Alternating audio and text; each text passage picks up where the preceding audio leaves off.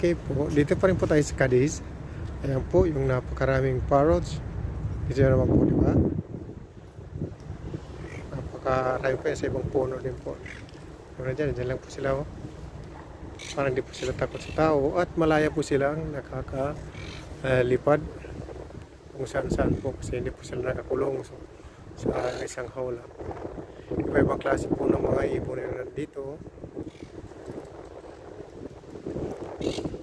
Yeah. Oh.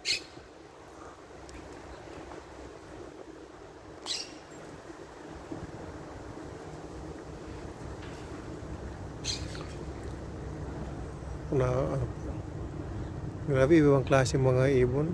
Ngayon lang ako nakakita ng ganito po. Sa iba-ibang bansa na napunta ko po, mayroon din mga ganyan, pero hindi po ganito ka daming mga ibon na iba-ibang klase na nasa ano po.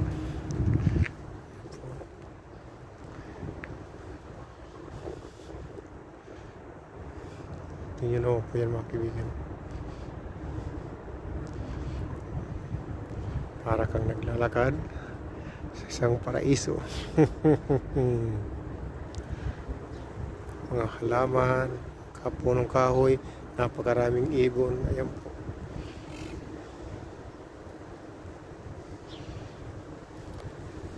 Sa bandang Mexico naman po yung makita naman po ay mga ibon din, pero yung mga uwak at saka yung iguana.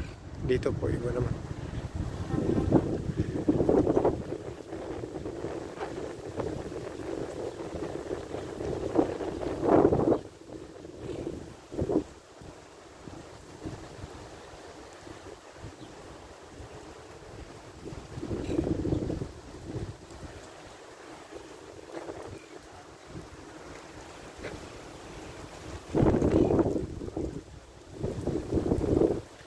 Medyo mahangin lang po kasi masama nga ho yung lagay ng panahon.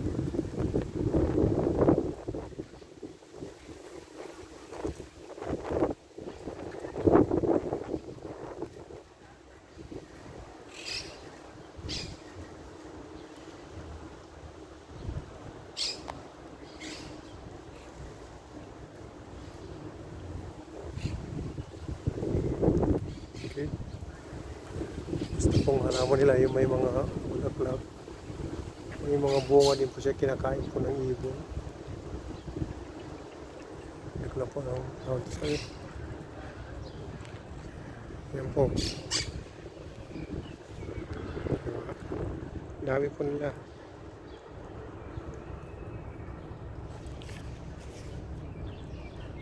Parrots! Hello! Hello! Hindi sila marunong magsalita, hindi naturuan. Ayaw kong tanongin, mamaya sabihan akong pangit, pangit. Kasi minsan gano'n sila eh. Mamaya lukuhin ako eh. Di ba?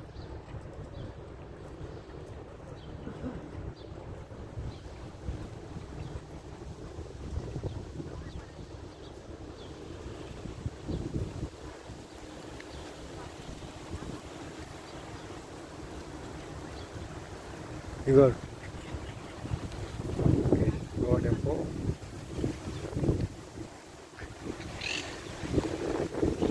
Sabi daw masyal, parang siya nakasama masyal.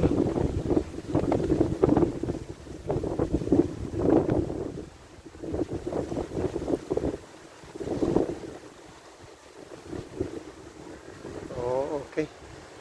Maraming salamat po mga kaibigan.